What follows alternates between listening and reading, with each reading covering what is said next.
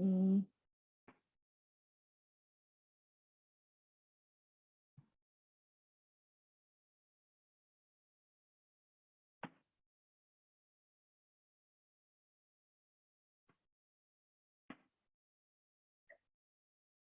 We have Dr. Olinda, who joined already.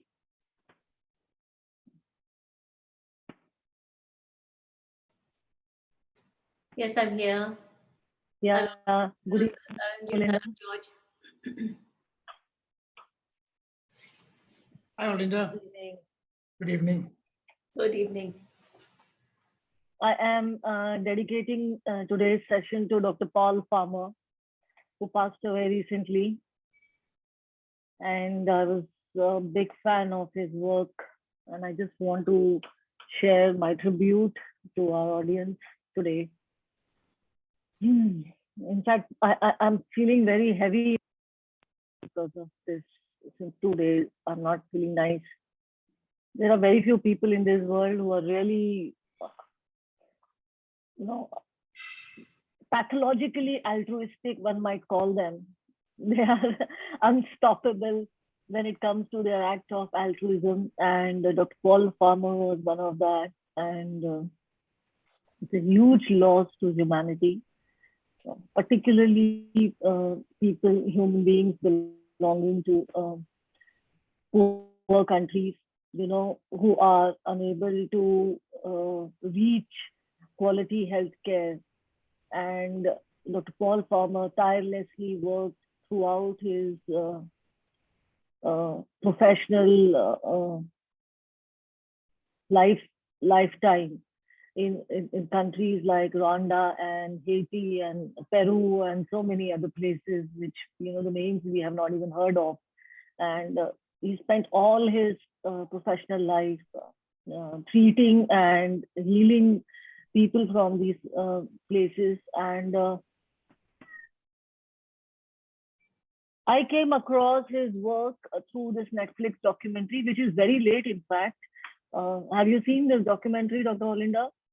No, I haven't. I was just making a note of it, and I must watch it. I've heard so much about him from our community health colleagues, and they are all in mourning after his death. And in fact, I will send you a eulogy written for him in GME. It's already published online first. Yeah, it was published 2 days ago. 21st of February, he passed away at the age of 62 in his sleep at Rwanda, where he was there to give a lecture because he was teaching as well in these countries. And I don't know. I will send you the. Please share with me. Please share with me the eulogy because it's written by Dr. Vikram from Sangat, Vikram Patel. Okay. It's written by Dr. Vikram Patel, who has started Sangat, the NGO. A psychiatrist who across the world worked with Paul Farmer as well. Anyway, I will share that with you. Please do that. Let's begin because we like to begin. To begin with, we start with our tribute to Dr. Paul Farmer, who died at the age of 62 on February 21st. It's a huge loss to humanity. The Director General of WHO, Dr. Tedros, in his Twitter has called him an outstanding global health champion. Dr. Paul Farmer was an inspiring humanitarian, doctor, and advocate of global health equity. And he's a co-founder of Partners in Health, which is the most famous work of his. I mean, there are people who are huge fan of his philanthropic work, and the world is definitely going to miss Dr. Paul Farmer for his great work that he has done and the big legacy that he has left behind him.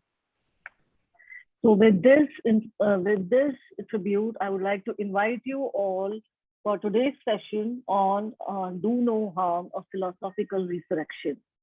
Now, this particular topic is an extremely important and close topic to my heart because on various stages in my life, I have come across situations, professional situations where I have faced professional dilemmas, and I have experienced my own potential to cause harm. At the same time, I have witnessed my other colleagues causing harm. Though I don't wish to blame individuals, because the current systems theory, systems approach that we have towards patient safety does not believe in blaming individuals. It is whenever harm is caused in a clinical setting, generally the errors are seen as system errors. But having said that, the responsibility of an individual cannot be negated, and we as individuals who are part of a larger system, who are in some ways forming this system, creating this system, it is our responsibility to understand our roles in the system and the kind of harms that we can cause, and how can we understand them, how can we correct them, how can we, the best part is to eliminate them, prevent. And as we know, prevention is always better than cure, and prevention requires understanding, holistic understanding of the concept of the in this case a system. So in today's session, I would like to invite our first guest, Dr. Olinda Timms, who's a medical doctor and anesthetist. She's trained in medical law and ethics from National Law School of India. She's an author of Bioethics and editor of Indian Journal of Medical Ethics, adjunct professor, a division of Health and Humanities, St. James Hospital Research Center, Bangalore. Dr. Olinda, a very warm welcome. Thank you.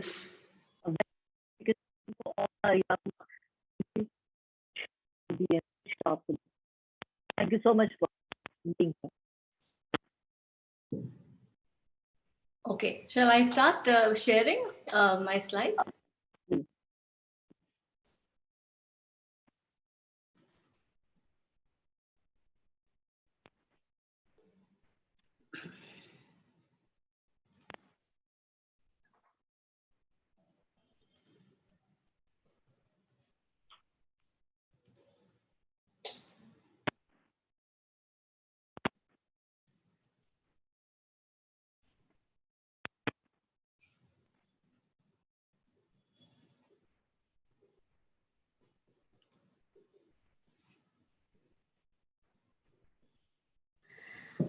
Hello, everyone. Once again, thank you for inviting me to this forum, Dr. Taranjeet. I'm very happy to be here and to share with all of you on this important topic, a topic that is close to our hearts as those who, as one who has been in this area of bioethics and medical ethics. It is something that we are conscious about, and we speak about not only in philosophical terms but in real terms of everyday life, and how we can actually reduce harm to our patients in the course of treating patients and in the course of our professional life. So I would like to start by mentioning that this is not something new to doctors. I think that health professionals are always conscious and always have been conscious that in the course of treating patients, there is a high likelihood that harm can be caused. Harm of various kinds, but it is possible that even with the best intentions, you may cause harm to the patient. Now, looking back historically, this has been a part of training and teaching of doctors way back, even before schools, medical schools were formally organized into colleges, and even before that, from the earliest times, there was this concept ever since man looked at human suffering and then stepped up to be a doctor, a healer, a person who is reaching out.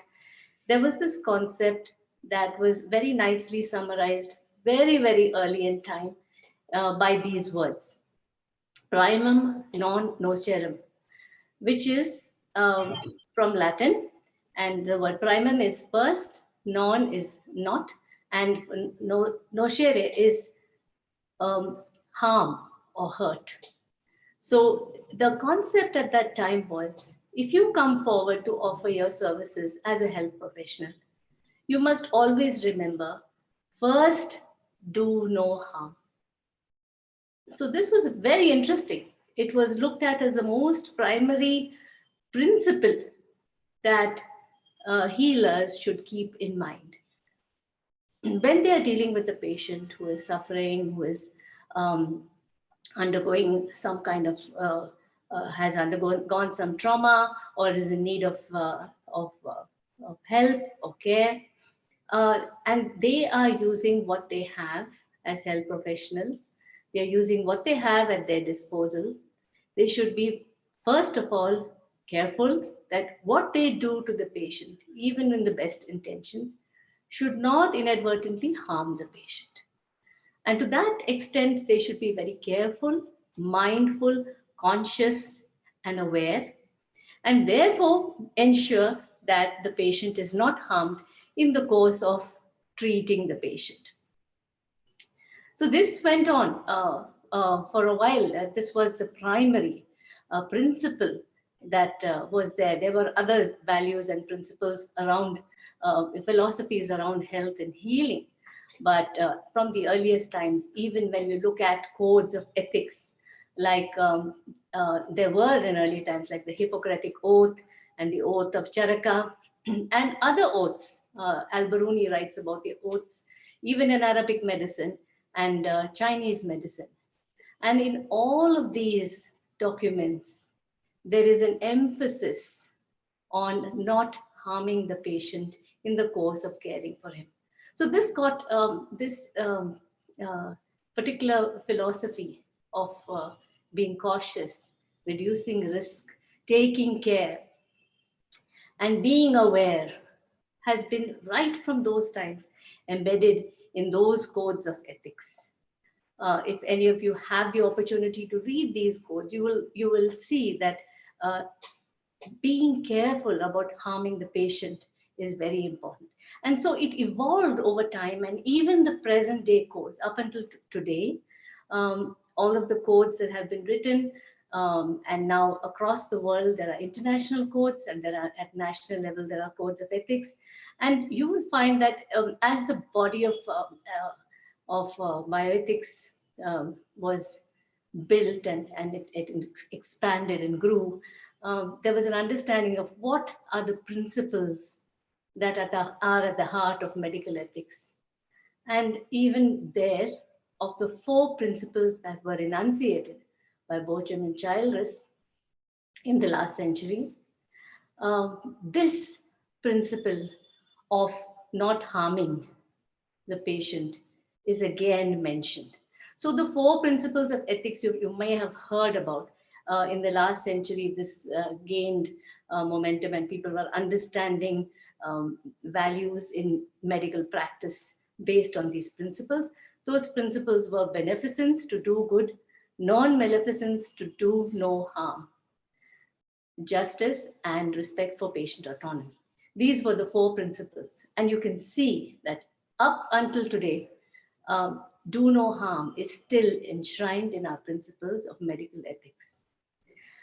So this aspect that is of such importance requires some kind of reflection by all practitioners, just because it has always occupied our practice, our intention, and our actions as practitioners.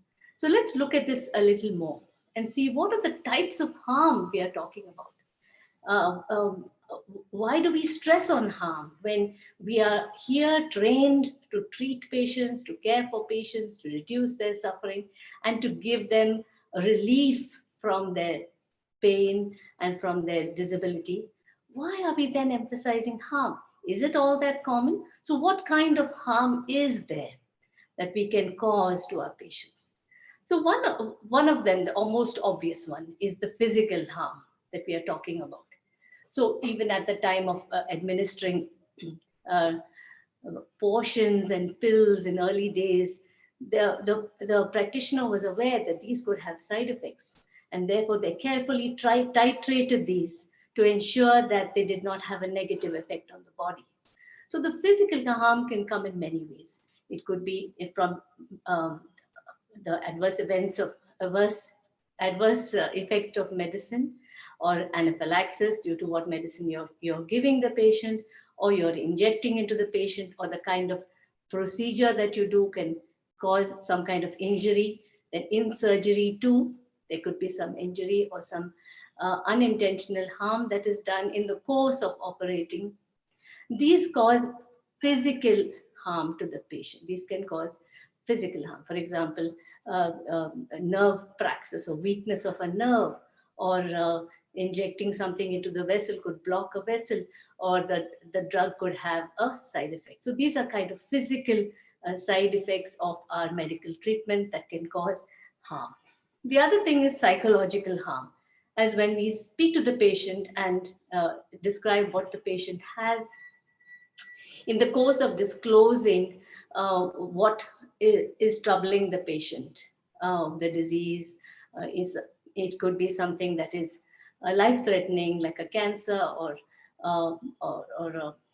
incurable disease, or chronic disease, and these even the sharing of this truth with the patient, if it is not done in a proper way, in a more sensitive way, can cause the patient to get extremely distressed. And this kind of psychological harm is also something that can happen.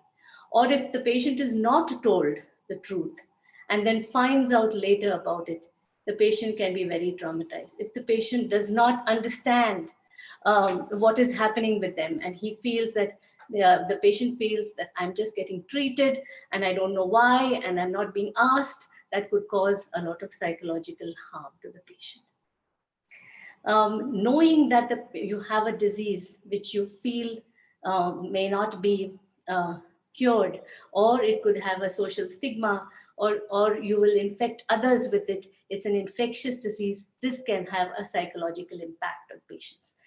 Now in COVID, incarcerating patients in quarantine causes a kind of psychological trauma to the patient. And if they are wrongly isolated from others, this could be a kind of harm. Now, there could be social harm, where there are some diseases which are stigmatizing. Not only diseases such as AIDS, but even diseases like tuberculosis and diabetes. Today, even diabetes is quite stigmatizing. And people are concerned that they will be discriminated against if they have diseases like this, maybe in their workplace, or it could be that they may not find a life partner, or that socially too they will be denied opportunities. And so there could be social harm if confidentiality is not kept, if we do not protect the patient's information, the patient's decisions, the patient's disease, or the outcomes of this disease and prognosis. There has to be a level of confidentiality always maintained on the part of the medical practitioner, so that the patient can be safe from harms.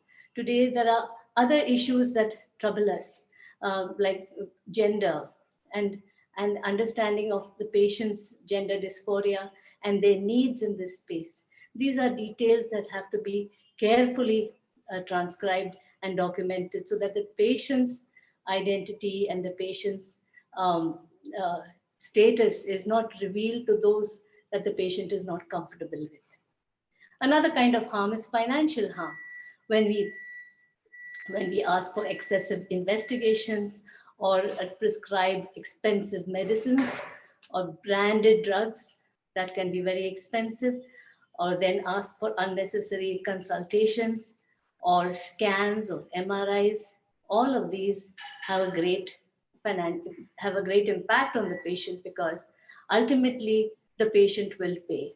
And in countries like ours, where there is no social security and there isn't any universal health care of a quality that can be counted, it becomes an important aspect. This financial harm is an important aspect that we have to keep in mind. There are people living very close to the poverty line, many even below it, and they can very easily fall into debt and poverty because of the expenses and the payouts due to health treatments. So financial harm is something that we have to keep in mind, especially in a country like ours, where not everyone is covered by insurance and not everyone has access to quality care of a reasonable cost. And then, of course, the kind of harm where a person feels that they have been denied human rights and they're discriminated against in some way. They're denied their constitutional rights, denied access to care, just because of who they are or the community they come from or the part of the country that they come from, and the fact that they cannot communicate with with the medical personnel. It's a different language. All of these can become barriers, and this kind of a harm is not unknown in a country as complicated as us. With people feeling a sense of entitlement on one hand, and the others and the health system feeling that they cannot cope with everyone, and especially those who cannot pay, and so there's a denial of health care.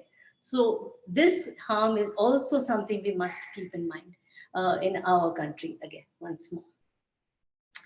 This is a book, this was an article actually that was written in 1999 to Earth is Human. It was written in the context of American healthcare, and it was quite path-breaking because it described the errors that happen in the health system in the United States. And it was very revealing, and it led to a lot of systemic change geared towards reducing the risk that patients face when they enter hospitals and complex institutions where many people are caring for them, and the complexity itself becomes a risk for the patient.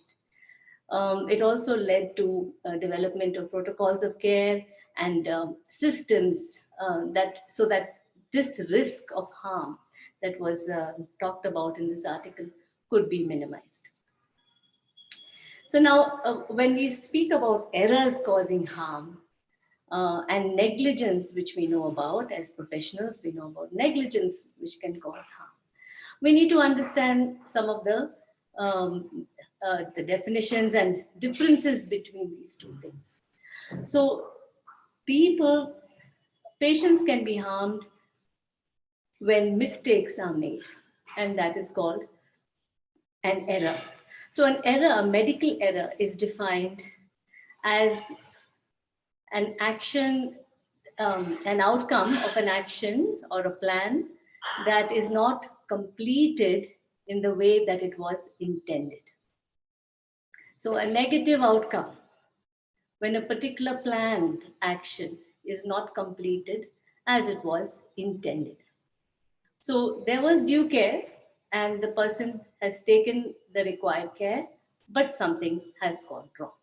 So for example, you are injecting a local anesthetic into the jaw of a person, and you withdraw, and you see that there is no blood, you're not in an artery or a vein, and but when you do inject, the needle moves and gets into a vein, and then the patient has an anaphylactic shock, or goes into convulsions from the local anesthetic. Now, this was not intended, but it is an error that can happen, and we are aware that these errors can happen, and we try our best to minimize them, but then they are there. So that is, these are errors. Now, errors can be due to many causes. It could be due to mistakes that the doctor makes, or the nurse, or the health workers around the doctor, the health team. It could be due to the setup, the management, the policies, the protocols that are in place. For example, writing the wrong dose of the drug. You know that the drug is 20 milligrams, but you write 30 milligrams because you're in a hurry and you've got to see the next patient. And you know, when you're asked again, you say it is 20, but you wrote 30. And that can cause a problem. Or if you write the blood that the patient has to be transfused as B positive, and this is given to the nurse, but when in the course of the blood being transfused and brought from the blood bank, the wrong blood is transfused. Now you are not directly, these are errors of the system, because there are multiple parts of the system that have to work together. And in that, because every single one of them who are participating in it is human and can make mistakes, sometimes those errors happen. So these are the kind of things that we are thinking of when we talk about errors. You know, even operating on the wrong foot, for example.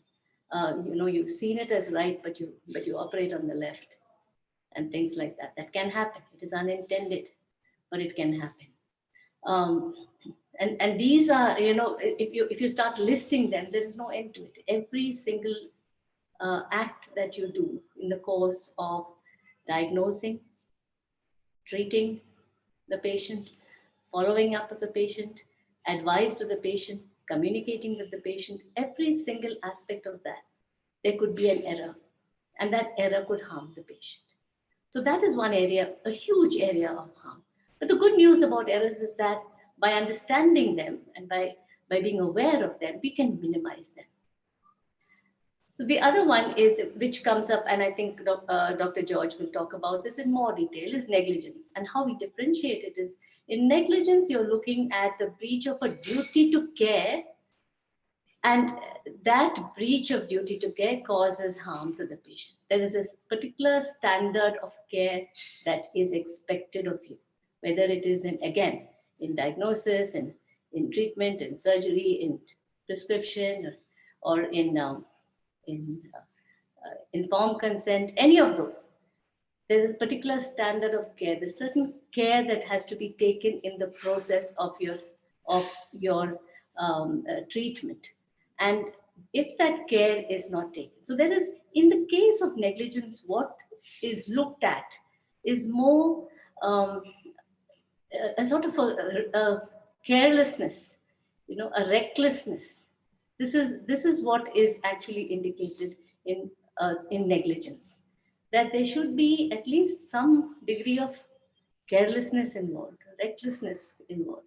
For example, a doctor comes to the to operate, and he doesn't check whether he has all the required instruments, and he just goes ahead and starts the surgery, and then he doesn't have a clamp, and then there's bleeding on the table.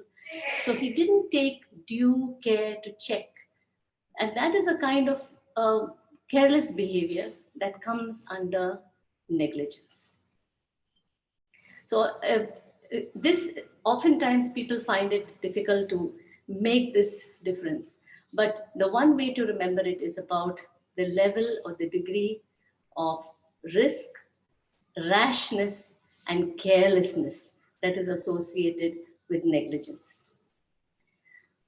I will, at this point, talk about a case which could demonstrate to you that perceptions about errors and negligence could actually overlap in some cases.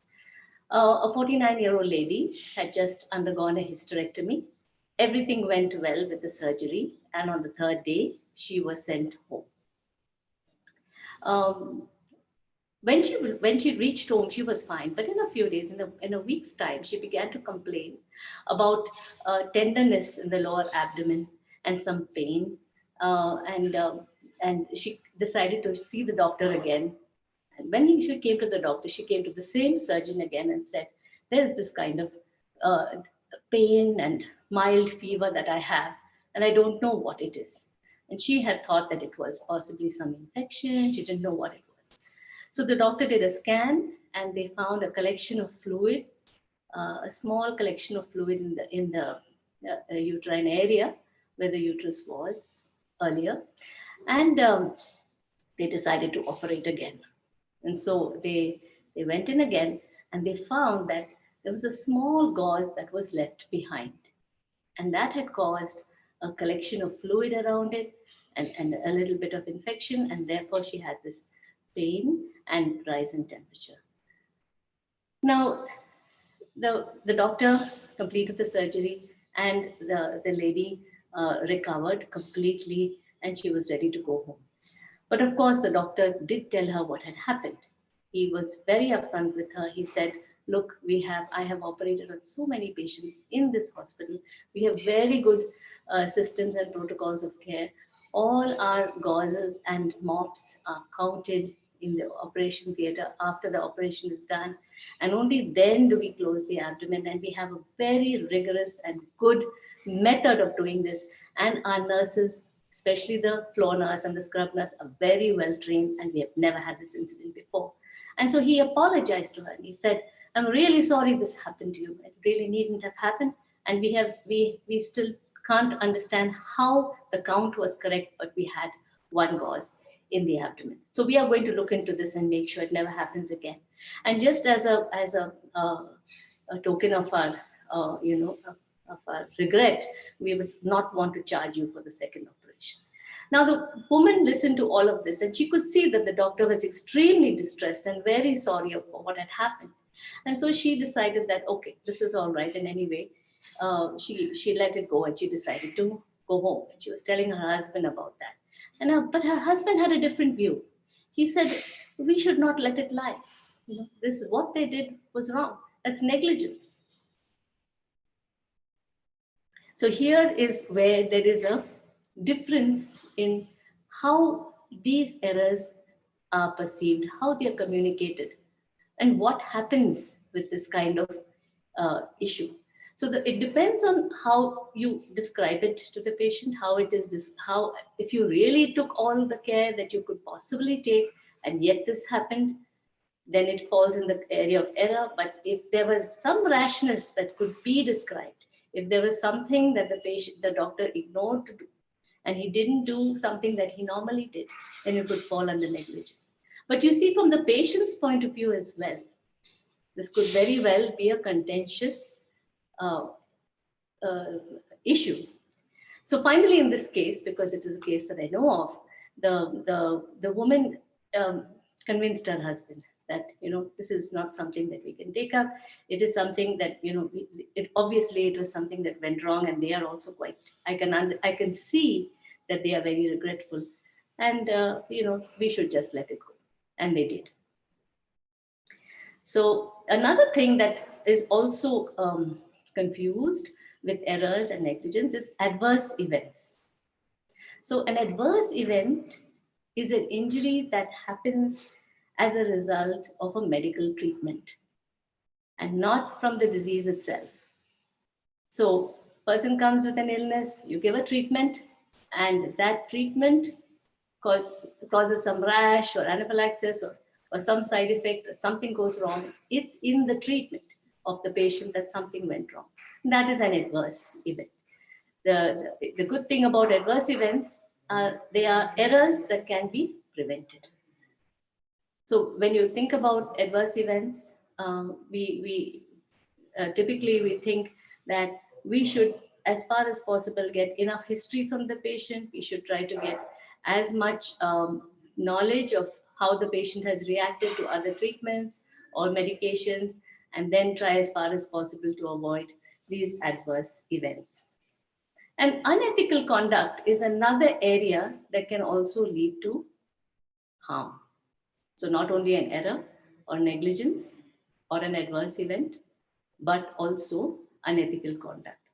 For example, if you decide to refer a patient to your friend because your friend refers patients to you, and that's mutually beneficial, it can cause financial harm to the patient. It can also cause physical harm as well if the patient is unnecessarily being treated by another person when it's not required. So unethical conduct will include unnecessary operations, prescribing branded drugs, prescribing a drug from a company that rewards you in other ways. And because of that, you prescribe the drug to the patient, not because the patient has to have that branded drug. So the unethical conduct by itself can also lead to harm. Not informing the patient completely, leaving out essential, important details of the patient's illness or treatment or side effects or risk. This is also unethical and can lead to harm. So when it comes to listing harms, we can have a huge list of it, but here this particular slide is telling us about all the errors, what causes errors. With the human factors we talked about, just by virtue of the health team and the doctors and the mistakes they can make, even as down to the level of the helpers, the sweepers, people who may spread information which is supposed to be confidential, all of it. The leadership in our hospitals and our clinics, what kind of training do they give? What kind of policies do they put in place? What are the safety measures around the hospital, within the operating rooms, within the surgical space? What kind of staff do they hire, and how are they trained? Then documentation and management of documentation, safety of documentation, the kind of quality of medications, equipment, and laboratories, and of course a constant feedbacks that they require from patients and others who are working in the system, so that any kind of errors which have caused harm are notified, they're reported, they're discussed, and the systems are improved uh, based on those uh, based on those complaints or based on those reports. So what can we do very broadly? Even here, I will leave it at that actually, because I know that Dr. George will talk more about this. But I would like to emphasize awareness. If we are aware that we are fallible, we we may intend to do good, but if we are not always careful, we can cause harm, and we should be continuously observing that we make sure that we are providing due care to the patient in everything that we do, whether it is information to the patient, diagnosing, the tests we prescribe, the treatment we give. All of them have to be up to the standard of care, and we should never be reckless with what we are with the work that we are doing with patients. Then, of course, being mindful of our own competence and continuing to educate ourselves and train ourselves and skill ourselves, so that we are always offering the best care to the patient that is available at that time.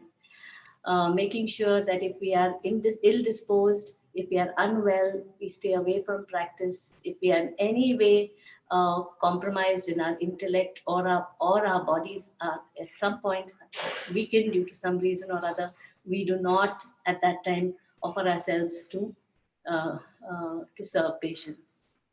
Then if you're working in a system which is complicated, like our hospitals are today, and our health clinics and multi specialty centers, ensuring that there are regular checks and an inventory of equipment, checks of equipment, standard supplies, medications, looking at care policies, writing out your care protocols, and ensuring that everyone sticks with the care protocol. And lastly, looking at ourselves as a reason, or one of or the most important perpetrator of that harm. We should accept that we could be the main perpetrator of harm for our patients, and observe those kind of regulations and rules that will minimize risk to patients. Ensure that we are constantly communicating with our patients, even communicating that we don't know, communicating that the patients may not have a better option. So all of these difficult communications, at the same time, communications over a period of time, compassionate communications, continued communications, hastily taking consent is another area where we have to be very watchful. So this kind of understanding that we are the ones who can cause harm should generate within us a level of humility and remove any kind of arrogance that we associate with the profession. And when I was discussing this with Dr. Taranjit, she mentioned Robert Marsh's book, Do No Harm. And in that, he very clearly says that, our profession is what actually causes us the kind of profession we are in, the health profession. As soon as we graduate, we very quickly have to appear knowledgeable and competent to the patient at a time when we have very little experience. And therefore, there is a kind of self-deception that comes in, he says. And so we need to deceive ourselves and before we can be convincing to the patient that, and then, convince them that we have the answers for them, we have the treatment for them, and we will be able to address their need. And how does a young doctor, a recently trained doctor, really develop that level of confidence until he has had many years of experience? But in effect, one has to appear confident even then. And that is what actually can lead to a kind of arrogance, which he talks about in that book. So I will leave you with these thoughts, and I hope you'll come up with questions, and then we could take the discussion further. Thank you very much. Thank you so much, Dr. Olinda. Your talk was extremely knowledgeable. I mean, I think this is one thing that I would have loved to hear in the beginning of my profession. I'm so glad I'm at least listening to you now. I hope it's not too late for me, but I'm extremely happy for all the youngsters who are there with us today and who are listening to you at just the right time in their profession when they're about to enter into the big bag world. And they will have a lot of professional dilemmas, a lot of situations in which they will have to decide under pressure. And this particular session, I'm sure, has given them tools to face that world with proper understanding. And I'm sure they will take good decisions for their patients. Thank you so much once again. You're welcome. I'm looking forward to good questions from our audience, or else I have some of the questions for you, both of you, in fact. Our next guest is Dr. George Paul. In maxillofacial circles, Dr. George Paul needs no introduction. He's a very well-known name, but I'm assuming that a lot of our guests are fresh dental graduates or they are in dental school right now. And so for them, Dr. George Paul, I would say, is a dear friend. At the same time, he's a well-known maxillofacial surgeon, a past honorary general secretary of AOMSI, which is Association of Oral and Maxillofacial Surgeons of India. He's a past national president of AOMSI, duly qualified with law degree and qualification in medical ethics. The former member and secretary of Independent Ethics Committee, currently chairman of an institutional review board, chairman advisory committee of palliative facility. I mean, for all my ethical and do no harm kind of situations, I've always consulted Dr. George Paul, and he has never failed to help me. Thank you so much for accepting my invitation, and the floor is all yours. Thank you, Dr. Taranjit and Olinda. That was a very nice talk. Very nice talk. Yeah, I totally agree with you. Which will form the foundation of what I'm going to speak. Let me try to share my screen with you.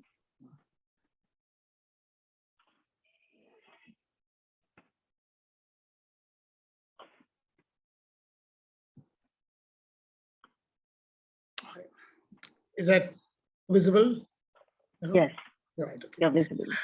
So I understand from what Taranjit told me is that most of the people who have registered for this webinar are dental graduates, or newly minted dental graduates, or interns, or maybe final years, or students. So Dr. Olinda has, given you a very broad canvas of the ethics of principle of do no harm. And what I'm going to do is to just, I have a lot of slides on ethics. I'm going to just skip through most of them. And I'm going to deal with basically the legalities of negligence and how it can be prevented. I'm wearing the hat of a lawyer as well as a practicing surgeon to tell you about those things. In the process of discussing some of the ethical aspects, I'm just also going to give you some, add a little flesh to what Dr. Olinda has spoken about so that you understand. At your age, I'm very, very sure I would have, found this philosophical discussion a little too hard to digest, really. So let me see if I can put some perspective and context to what's already been discussed. So we understand, see, most of us in our common language or Webster dictionary would define harm as a physical injury. And Olinda spoke to you about all the different aspects of harm when it comes within the perspective of ethics. It's not just doing a physical injury. And when you say, do not harm me, do not cause harm to that person, what you mean is do not cause any physical injury in a deliberate way in particular. And as she has already mentioned, I'm not going to take too much time on this one. The Hippocratic tradition, it has a larger context. That's, as she said, psychological, social, economical, and other issues that also pertain to harm. But in law, it's mostly about physical injury, although mental pain and issues can be brought into the discussion in law. But then the first question that we need to ask is it even possible? I mean, as a practicing surgeon, I always ask myself, is it even possible to actually strictly follow the principle of do no harm? Because you can't obviously reach the area of your surgical interest without having to cut through tissues. Of course, you have endoscopes and you have a lot of other things that can make that possible. But when you are actually breaching the skin or the subcutaneous tissue, you are causing some harm. So it's not strictly impossible. It's difficult to say that we can strictly do something without causing harm. There would be some kind of harm. So that is an accepted proportion of harm about which she also spoke. Let me see if I'll try to give you some examples so that you would be able to connect with this, preferably maybe about in dentistry itself, so that you can understand it better. So when I first talked about harm, I said deliberate, doing something deliberately to cause injury. He harmed me means that he purposefully took something and poked it at me or injured me in a way in which I was affected. It's very, very difficult to actually, unless it's some kind of a psychopath of a doctor who would deliberately do harm. So there's very little scope for that kind of deliberate harm. So what we're talking here is harm, as I already mentioned, the philosophically what harm means in the context of ethics. Again, I'm going to use some examples to explain it to you. She's already spoken about this and the four major principles. I just want to add something to what Dr. Olinda spoke about. She largely said that non-maleficence is the principle of do no harm. But I would like to, my interpretation would be a slightly extended one, because when you breach autonomy, you cause harm. When you do something against the will of a person who is the corporeal owner of the body, and he says, I do not want that to be done, I only want a particular procedure to be done. And if you exceed what you have actually explained to the patient and do something, or do not tell them about what you're going to do, you are causing harm. And then beneficence is basically risk versus benefit. So when you weigh the risk, I mean, if there are going to be only marginal benefits out of doing a procedure, but you take enormous risk, even if there is no injury, you are causing harm, technically potential harm at least. So all these things, and of course, if there is some injury, then it becomes a significant harm. And justice is one concept that I've always asked myself. If you want to talk about it in very, very, let's say,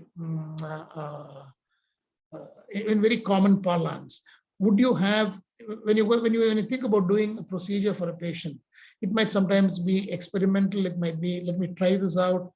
You can't do that to a patient because if you use the concept of justice, there's only one question that you need to ask. Would I have done this to my child or my sibling or my parents? If you ask that single question, it explains how justice plays a role in deciding on whether you are potentially going to do a harmful procedure. I mean, just a part of ethics, but these things have been already discussed by Dr. Olinda Timms, and she's very broad, I mean, extensively dealt with all the issues there. Just bringing one thing, she did talk about unnecessary treatment as an ethical principle. And I just had this slide, which this is a US Journal of the American Medical Association finding that about 20% of all treatment being done is unnecessary. Actually, I've seen some other reports which say it's much more than 20%. Like, for example, just to give you an example, a lot of people go in with some kind of a cardiac pain and they do an angio. And while the angiogram is done, they say, we have a block here, let me put a stent there. It perhaps is not necessary. But it's like holding a knife to your throat and telling you that you need a treatment. Shall I go ahead and do it? And you probably will have to say yes, isn't it? So one of the things that are widely misused is cardiac interventions. One of them.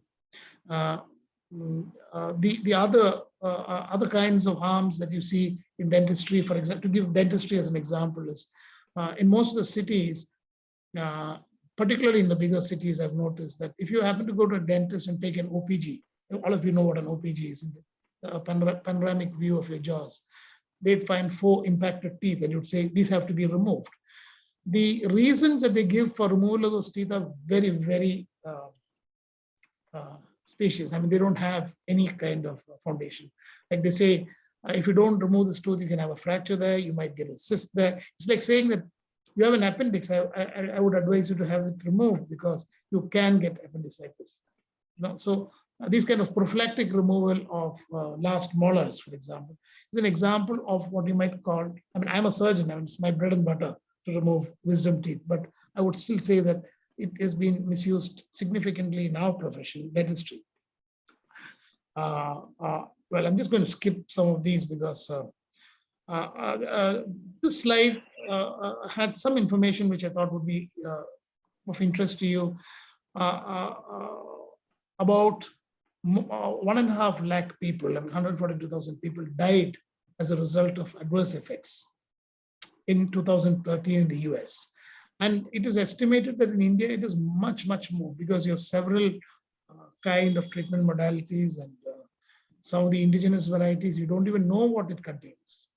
And I think this is something that we need to clearly understand, that there is an enormous amount of harm caused by treatment, which is either non-validated or unnecessary. There's a breakup on the that's there. It says unnecessary surgery. Dr. Olinda spoke about errors in the hospital, about different kind of errors that can happen. And 80,000 of them died due to infections that they picked up, nosocomial infections that they picked up in the hospital. And there may be other side effects, adverse effects that she spoke about, could be another reason. So you have a large, but this may be a slightly more bloated number because sometimes people come to you at a life and death situation. And so you do the best you can, and despite that, the patient dies. So you can't technically call it an error to bring it into the statistics. So, there are issues which we probably need to understand. But this is an Indian statistics which I found very significant. The Business Standard, a magazine in India, 1 month it says that 2.4 million, both is 1 month apart in the same year. It says 2.4 million Indians died due to treatable conditions. And then the next month they say 5 million people die due to errors. So it almost makes you think that would more people have actually survived if if they didn't go to a doctor at all, right? But you can't really rely on this because these are all media articles, and sometimes they're not necessarily right. So I'm going to talk to you about law, and just before I go into that, I just want to make a distinction between law and ethics. So a lot of people ask, what is the distinction? Whatever Dr. Olinda spoke was about the ethics, and or mostly about ethics. And ethics are basically being good. It's a moral guideline, a moral compass, and which is not punishable, technically not punishable, but in India, many of the ethical misconducts are actually punishable. On the other hand, laws strictly have legal consequences, either civil consequences where you can be fined, or damages can be claimed by the patient, or even penal provisions of the Indian Penal Code through criminal liability can be imposed upon. So laws have legal consequences. And when you talk about law and negligence, we are talking mostly about physical injuries. Other things marginally, but by and large, law pertains to physical injury. So don't bother about all the things written there. Basically, what you need to know about negligence is that a person who has a duty of care, which is a doctor, let's say, if he omits to do something that he's supposed to do, or does something that he's not supposed to do, and something goes wrong and it can be connected, then you call it medical negligence. It's a simple definition. So there are 4 things in medical negligence which I would like you to, as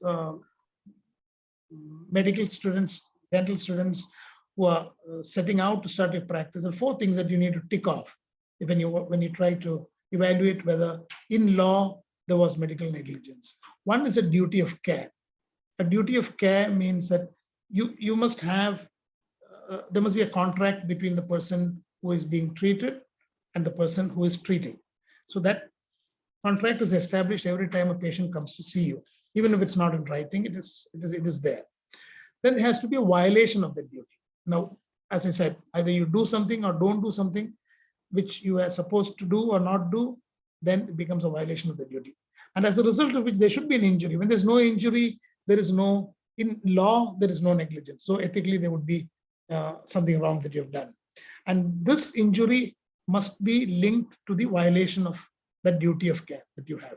Let me try to explain it with examples. Now, it's just a picture that I've been using for a long time.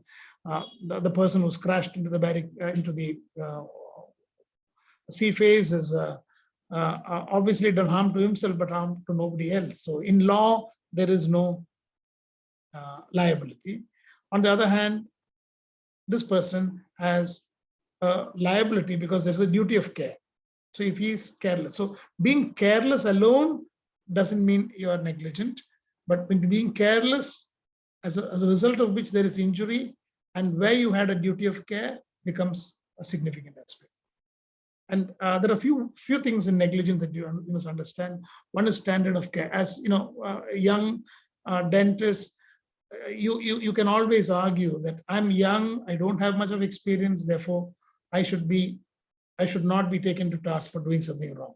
Now, all that the law asks you to do is only do what you can do. What you cannot do, you can always send somewhere, or you can go and learn how to do it and then do it.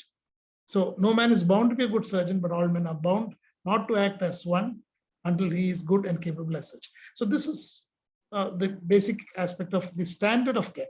How much care do you need to give? Neither the highest nor the lowest, but you need to give what an average person would expect to care that average person would expect as care from you. What constitutes a professional standard? You have customer, and this is something which is very common.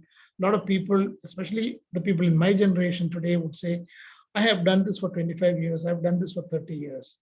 So therefore, this is a professional standard. No, if you've done something wrong for 30 years, then you've done something wrong for 30 years.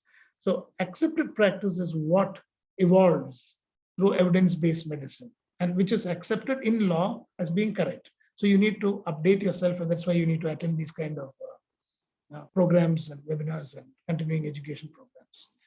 And The Bolam test is a complex thing. Okay, that is okay. It's a test in law which says that if what you have done as treatment for a patient is something that is accepted by a large group of professionals, fellow professionals, but there may be two groups of professionals who don't agree on that with each other on that treatment.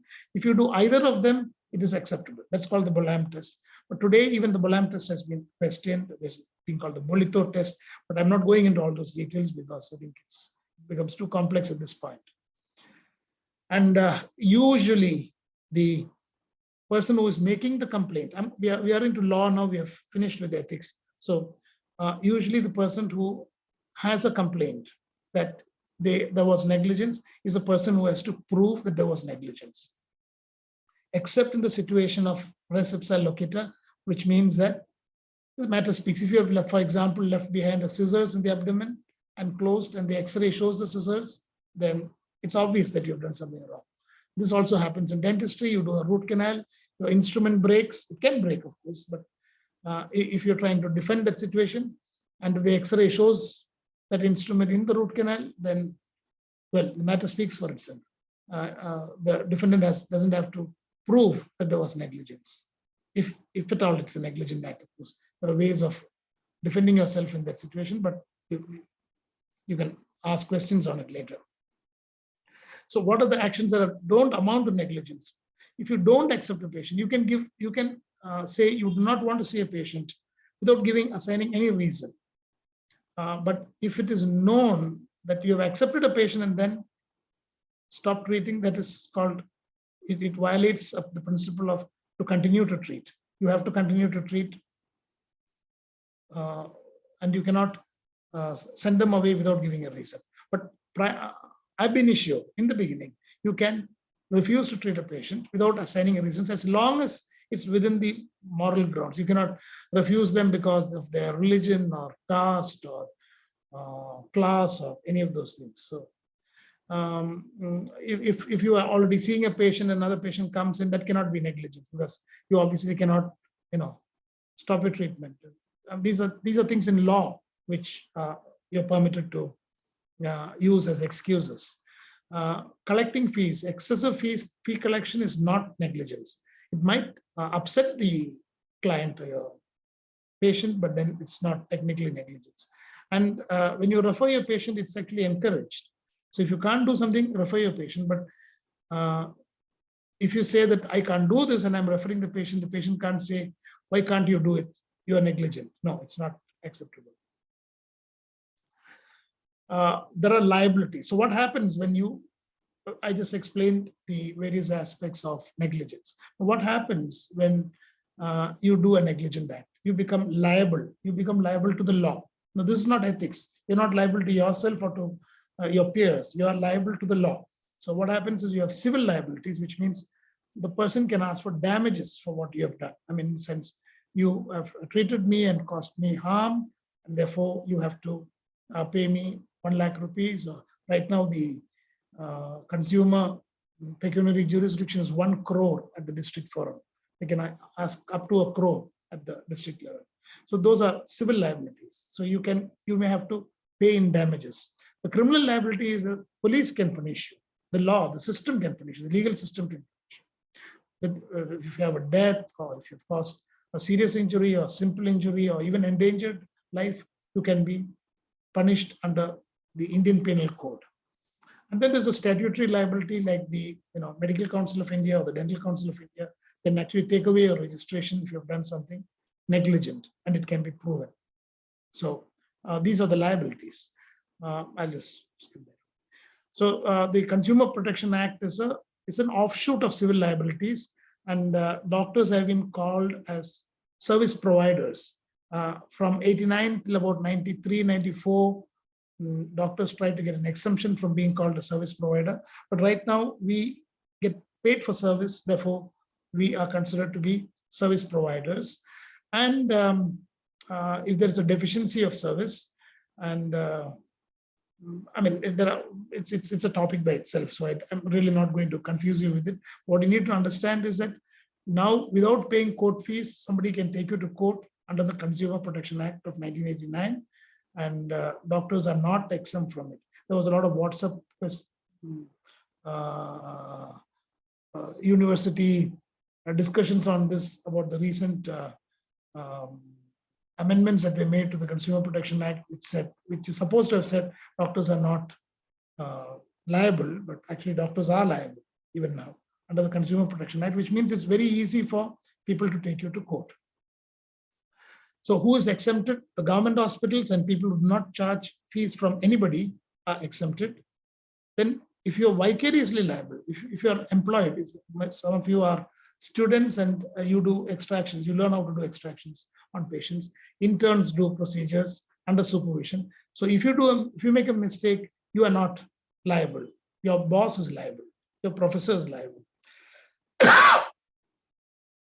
So except for free service, everybody else is liable. And the criminal liability is when you do something knowing that it is wrong. Of course, you need much greater burden of proof. But today, the police can actually come and arrest you, and they can register an FIR, but they cannot detain you. And Jacob Matthew case, I think 2002, 2003 says that you can't. Well, you can be arrested, you cannot be detained. So that's some kind of comfort for doctors. Only a medical board can decide whether you actually have criminal liability because it's a highly technical area. In all these situations, the statutory, of course, liability is when you get a letter from the medical council or the dental council asking you to explain what you've done wrong. So these are all legal issues with negligence or harm. Prevention is better than cure. You all know that, so I'll just quickly go through this. Take another 3-4 minutes. Never guarantee. When you guarantee something, the patient is always going to come back to you and ask you, why have I not got what you promised me? So never guarantee, because medical science is very uncertain, as also is dental science. So never guarantee. A lot of people you see, I think even with the labs, you see a lot of guarantee cards being given out. So never guarantee in practice when you talk to patients or anything like that. Get an informed consent. This is a topic by itself, and if you're going to start practice, make sure that you read about it or attend some kind of good webinar on informed consent, because it's a very wide, big topic, and you have to be extremely careful on getting a very valid informed consent in which the benefits, the risks, the option of no treatment, and everything else is explained to the patient as lucidly as possible, based on which the patient gives you an okay to go ahead and treat. That is the autonomy we are talking about, which I talked about. Charge now. See, as I said earlier, if you charge more, you're not going to be held responsible for negligence. But if you charge less, the chances of a patient going to court, either a civil court or a criminal court or a statutory body, is much less. If you charge more, it acts as a kind of a catalyst to go to court and take legal action. Maintain records. I mean, the Clinical Establishment Act today requires you to maintain records in an electronic format, and this has always been there. If you have your records, and the only way you can prove that you have not done any negligent act is by your records. But remember, records can also reveal that you have done something wrong. But maintaining records is one way. When people make frivolous or vexatious, as they say in law, accusations against you for negligence, you can always show your records and say that I've taken as much care as I should, as prescribed by law. Refer. I mean, if you can't do something, again, I'm coming back to the standard of care. You're not expected to do everything. I mean, you are taught how to do a range of procedures, but if you try to do them, I mean, as Dr. Taranjit said, you are excited in the beginning and you start wanting to do everything. And also Dr. Olinda spoke about the book in which she said that when you are a newly minted doctor, you feel adventurous to do a lot of things. Always realize when you cannot do something and it might cause harm, always refer. And it's not a shame to refer.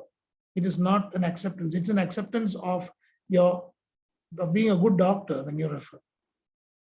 And you can always ask people, it's not something that we don't do in India, but you can always, if a patient is in doubt, you can always tell them, you can always take a second opinion. There's nothing wrong with that. You can ask one of your peers. And if someone sends a patient to you for second opinion, always send the patient back after they only expected to give an opinion. So don't say anything bad about, which is the next thing. Don't sponsor litigation. It's something that a lot of doctors do. They blame the other doctor and say that he hasn't done this properly and things like that. So remember that you may be at the receiving end of a sponsored litigation at some point of time. So in law, I'm not saying that doctors should get together and protect their interests. What I'm saying is, particularly when there is no negligence and a patient goes to a second doctor, I think he should be honest in his opinion about what should have been done. And it's his opinion, basically, as I said in the volunteers, that people have different opinions. So you need to look into that. The things that are available for doctors today is indemnity. In fact, today, the maxillofacial surgery, somebody called me from the maxillofacial surgery fraternity and said they are offering, within the association, offering an indemnity, which means that in case you make a mistake, in case someone sues you, in case you need to pay damages, the insurance will pay it for you. You don't have to pay it. So for that, you need to pay a premium every year. It's good to have an indemnity to protect yourself.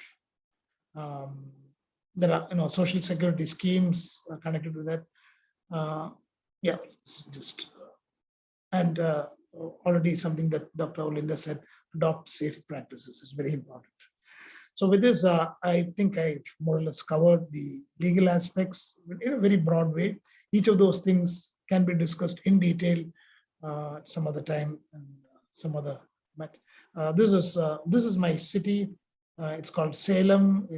This is taken from up on the mountains where I have a home, and this is how it looks at about this time of the day. It's lovely, but it's not. It doesn't look as lovely as it looks on the photograph. When you finally get down to the streets, it's like any other Indian city. So, thank you very much, Dr. Taranjit, Dr. Olinda. Thank you so much, Dr. Paul. Okay, so do we have any questions? First of all, thank you so much, Dr. George Paul, for such an insightful lecture. It was very informative. I'm sure the young attendees have really found a lot of information which they can use it in their future practice, and definitely will take them forward to being a quality dental surgeon. The difference between just a dental hygienist or a technician or even for a robot for that matter and a real doctor is the quality of care that we provide to our patients.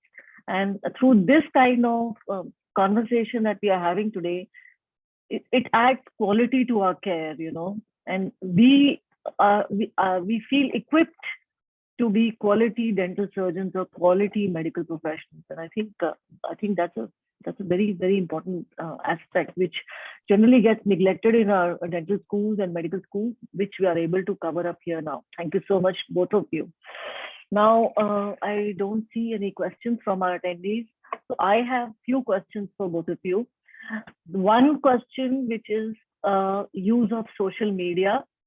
And during our times, when I was doing my BDS, we were taught in second year or third year, we have this topic PCD, the public health dentistry. In that community dentistry, we were taught that, as a doctor, we are not supposed to put our names on the billboard. We are not supposed to advertise our clinics on the billboard. But today on social media, we have Facebook and others, and we are advertising ourselves. We are putting up patients' pictures on the social media. Now, how ethical is this in modern world? And in modern world, we can't avoid social media. So how do we live with this? And where do our ethical standards lie with this kind of situation? I need your opinion individually. First, let's have Dr. Olinda. In one word, it is unethical. Okay. I have to say that, yes, it has caused a lot of disturbance among the health professionals. now that there are apps that are aggregating doctors and are promoting doctors. And it seems to me that, it's only that the philosophy of the values and the reasoning behind why advertising is wrong has not been understood. So since there are very clear direction given by the Dental Council of India and the Medical Council of India in this respect, that advertising should not happen and promotion, self-promotion should not happen. Now we have vicariously taken it and given it to someone else. So someone else is promoting you. So whether it is a hospital or whether it is the app or whether it is a platform, any kind of self-promotion should not happen. And the person to call this out should be the doctor himself or herself. Okay, so yes, you can be listed among some doctors and in a group, and yes, your name could be on the board of your clinic and so on. But there is a prescribed way for that, and having getting promoted in the sense of the best oromaxillofacial surgeon and things like that. These use of the words the best and the highest success rate, and these terms that are used are very disturbing to see. And the reason is that patients will never know. Patients can never know and verify these claims, and that is the harm that you're doing to them. You are misleading them, in this. So it can be misleading. You can never say, no particular doctor can ever say that he is the best in the field. When we say to each other that this doctor is the best in the field, we are subconsciously qualifying that, even as we say it, because we understand that there's no perfection in this. This is still an art in so many ways, the practice of medicine. So using superlatives, promoting oneself, whether it is through others or through the hospital, it is not considered ethical, because the patient has no way to confirm this. Your degrees, your diplomas, your affiliations, your experience, your even the number of cases you have done, there's no way to find out. And so when they have to choose, they usually choose based on what their peers have experienced. So it's how you choose a doctor. In otherwise, you ask others, who is a good doctor here around this area, who can be trusted, and this is how they go. This is how it always has been, because what Dr. George Paul said is very true. Medicine is an inexact science. There are many gaps in our information and our knowledge. And there is so much variability with each person.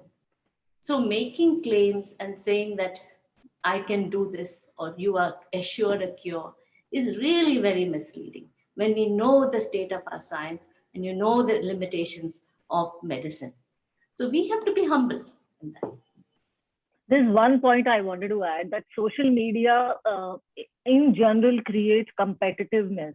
Even in normal life, it creates so much of competitiveness. Oh, she's gone to US for a holiday, so I must go to Switzerland. Or she is buying these kind of beautiful clothes, so I want to shop in the city. Now imagine if my colleague is displaying, so many of her cases on the social media, and I'm like all getting depressed looking at her cases, and then I start operating because, I want to be as good as her, or I want to put my own pictures, because otherwise I will appear like an idiot, non-operating surgeon or somebody who doesn't know anything, so that competitiveness which social media per se creates, even in otherwise, how are we going to be eliminated in our professional life if we, use it? So I mean, in my opinion, that is what I have felt. Now let's listen to what Dr. Joshua has to say. Well, I was actually, again, self-propagation perhaps. I'm sorry. If you feel honored. I'm the author of the Code of Ethics 2012. I'm not the author. I'm one of the authors. I was brought in as a special invitee by the Dental Council as an expert for the course. So we took a broad consensus on this issue, and most of the people were around my age, as they call it, the gray beards. I'm literally and figuratively one, but they call them the gray beards. So they all said, no, nobody should advertise. There was one person there who said, well, like kind of, it may be all right and things like that. So I actually did a lot of research on this advertisement business. Now, I completely agree with Olinda when she says that the best and the only and the guarantees and things like that are absolutely not only unethical but definitely illegal as well, because there is no system or no mechanism by which you can identify the best or the those kind of superlatives particularly. But having said this, in the last time the Code of Ethics, and even the medical Code of Ethics was done was somewhere in the 70s, and then very recently the Code of Ethics was, very recently means just before the Dental Code of Ethics was amended, the Medical Code of Ethics was amended. Now, what happened is, the old Code of Ethics actually said you can have a board which is 3x4, and you need a white background on which you can write in black, and it should. Now, today, that's impossible. I mean, if you want to make your presence known, that's impossible. And the graybeards are happy with that because new people can't enter into their field. They've already established. They have the, people talking about them for, he's been around for 25 years or 30 years. So the young people don't have an opportunity to make their presence felt. And they may want to use a neon sign. Now, I don't see what exactly is the problem with that, because you're just making your presence known. And what's wrong with giving your name, your qualification, your years of experience, equipment that you have? In all of this, the legal aspect, because this Code of Ethics is supposed to be legally implementable, and the ethical aspect, the moral aspect of asking yourself whether you are getting an undue advantage over your peer by doing this. In all of this, the world has changed. And unfortunately, there are just very few countries which still have these very strict Code of Ethics. India, Pakistan, not even not even Sri Lanka. Very few countries which have these archaic Code of Ethics. Now, the US was the first one to break it in the 70s. I think it was implemented in the 80s, where they said that you just cannot prevent somebody from advertising. The issue is not advertising. You can advertise yourself. The issue is honesty. That's what Dr. Olinda was talking about. Now, you are trying to stop people from passing a pamphlet to somebody else, but you are not looking at what the contents of the pamphlet is. Now, what the shift, the paradigm shift that should be made is, instead of stopping somebody from giving a pamphlet, you regulate what is written in the pamphlet. That is the honesty that you need to have. So if you are claiming to be something that you are not, and trying to get an edge over your peers, that's bad. So they are very, very strict about what you claim to be. If you give your degrees, if you publish degrees which you do not have, if you claim to be what you are not, you can be punished. And they have very stringent punishment. The surety of punishment is what really makes these legal things stick. It's not. So, this I thought was a good analogy, when somebody takes a pamphlet and gives it to somebody else, we are trying to hold the hands of the person who's giving the pamphlet out. We should be actually going through the pamphlet and finding out whether there's honesty in it or not. So that's my take. It's a much broader thing to be discussed. A very good point, George, that you brought up there, that we have to look at the veracity. You have to really look at what is being said, because people shouldn't just be, gagged, but what is being said. The other problem is that the cost of our studies has gone up. The cost of dental studies is, and dental college training is very expensive. And therefore, there's a burden on young people to hit the ground running. As soon as they get qualified, they want to earn, and they want to earn well. Now, there was a time when, all of that was expected to come later in life, because you get experience, and then people get to know that you're a careful and good doctor, and then they start coming to you, and you do get your reward at that point. But today, there is this urgency based on it, which is really harming our dental system. It's also there in the medical system, because the cost of medical care is high. So this is putting a pressure on young doctors to earn, and they are looking at ways like advertising only because of this, because they want to be visible, they want to be seen, and so on.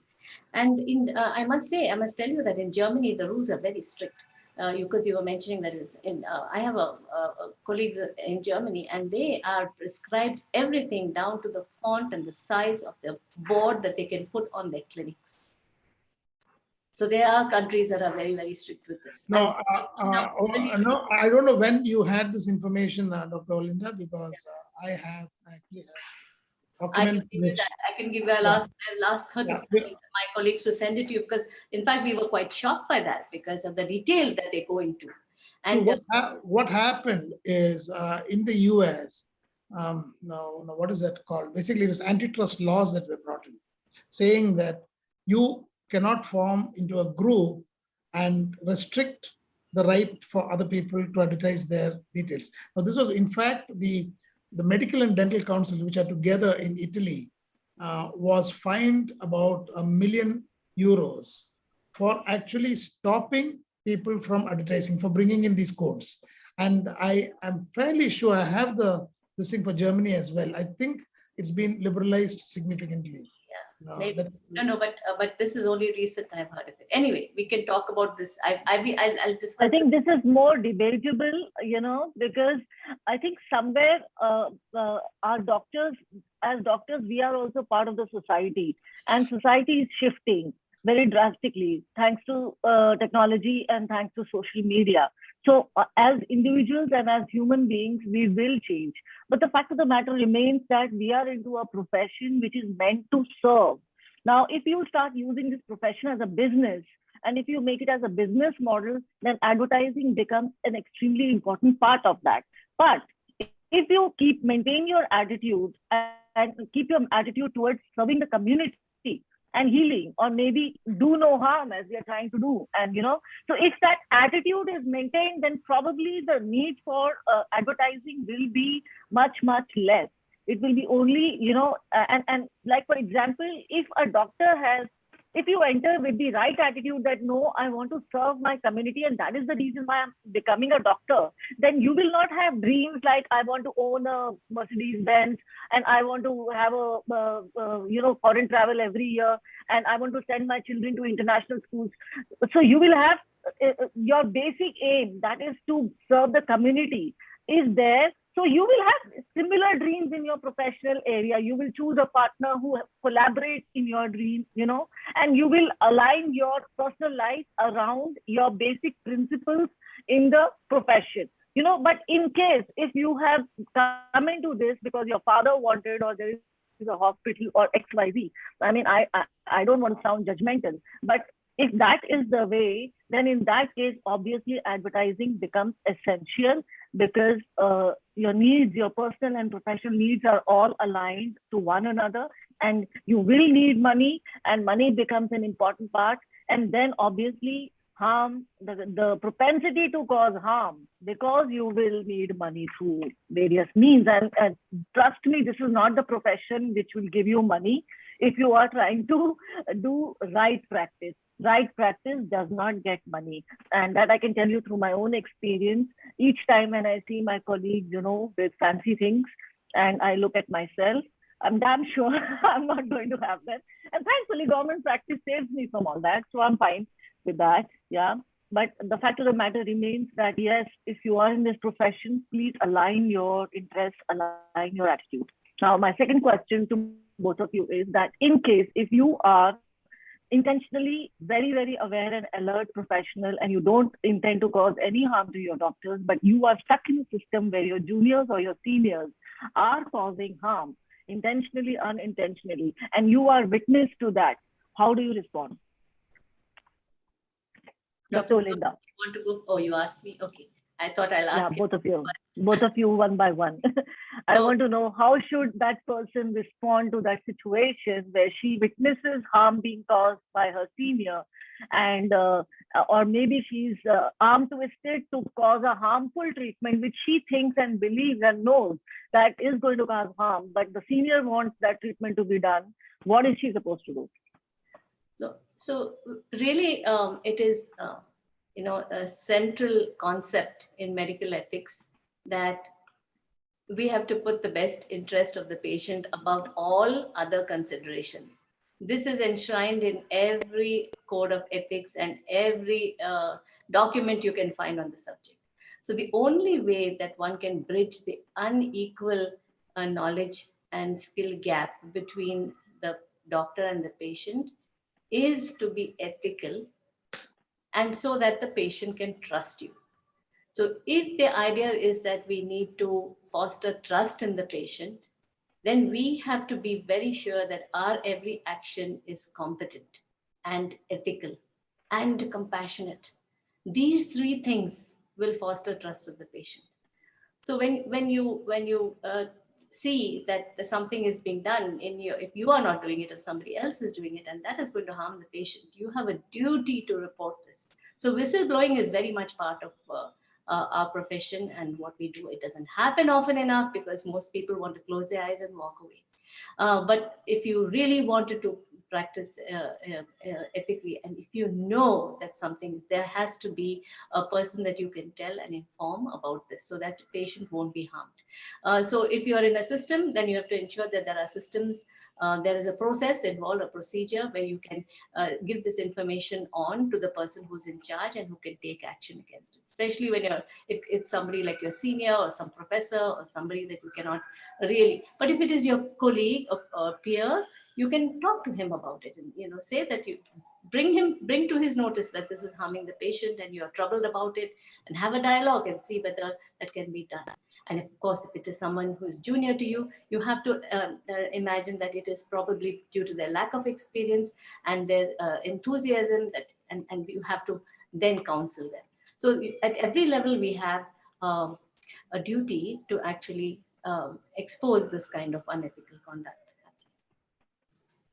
Thank you. That was very reassuring, Dr. Olinda, because this is my personal experience in 4 of my jobs when I was thrown out because I tried bringing out to the relevant authorities that the harm was caused to the patient. Dr. Paul, what are your opinions on this? Yeah, this is a bit of a dilemma because on the one Big hand, dilemma. Yeah. On the one hand, it's a matter of who you owe your allegiance to. There are medical groups. There are let's say a small kind of a mafia that really operates, which says that we will not let anybody else know about our mistakes on the one hand. And on the one hand, there is a duty owed by, as a public duty owed by a doctor, where the interest is in the patient. It's patient-centric kind of approach to it. It's a bit of a dilemma because this is the reason why most of the doctors get away in the courts to bring in the legal aspect to it, because there's nobody ready to give an affidavit against them. There's nobody to come and criticize some procedure done by them. They are our brothers. That's the situation that comes. So there is a bit of a dilemma here. On the other hand, if you were to go around and if you were to be a whistleblower, as Dr. Olinda said, you might become terribly unpopular within your own profession because Ask me. Ask me. Okay. So it's a tough one there. Because, I don't know. If you're asking me what I would do in these cases, it's not exactly to become popular with my fellow professionals, but I would say I would have done this differently, something like that if I'm asked.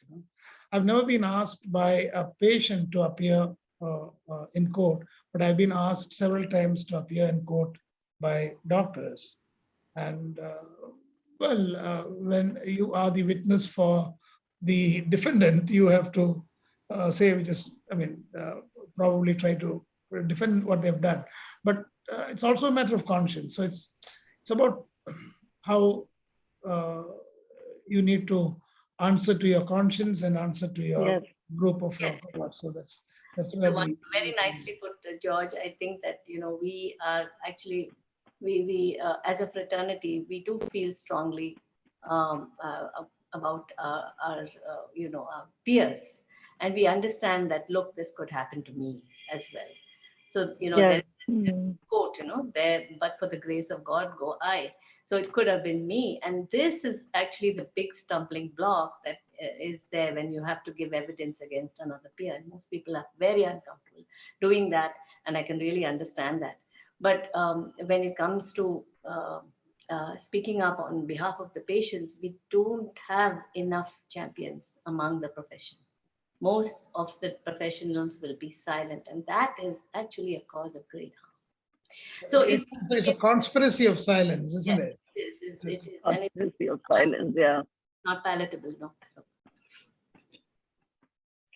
I think with that, we still don't have any questions from our audience. I hope that our attendees enjoyed this session. I think they did because most of the attendees stayed back till the end of the session.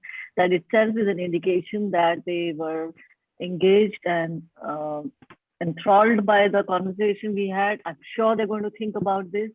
This particular session was a preamble to the next session, which comes in the month of March, where we would be discussing a book by the same name, Do No Harm, by Dr. Henry Marsh, a neurosurgeon, where we would be having a different set of panelists and moderators for that session. I hope that we will have our attendees continuing our conversation to the next one. Thank you so much once again, both of you, and may the divine be with Thank you. you very much. May your creed increase. Yeah. Thank you so much. Thank you so much, everyone. Yeah. Thank you. It's a joy to be Thank you here. very much. Thank you very much for this opportunity, and I wish all the young doctors the very best in their lives. Yes. I'm a little surprised at the silence. I think I think when I was a student, I was much more. And I would stand. In fact, people would nudge me and say, "Ask a question." Whenever I was listening. Yeah. So I was the fall guy. I always got up and asked some stupid question. That there's no such thing as a stupid question. Good answer. Yeah. I see that everybody is. Maybe we have any questions Either they've put coming this our thing way. on and gone and doing something else, or they're really scared to come on. Never mind, we have still recorded this session, so whoever cares to, it will go on YouTube, and whoever cares to listen will have their own time in their own place. They can, listen to it, and probably somewhere follow it in their practice. I hope so. I'm sure. I mean, let's hope for the best. Yeah. That's the reason why we are here. Thank you so much. Thank you for giving your Saturday evening. Yeah. Bye-bye. I have to actually leave. Yeah, right then. Yeah. Bye. Bye. Talk to you later. Yeah, bye.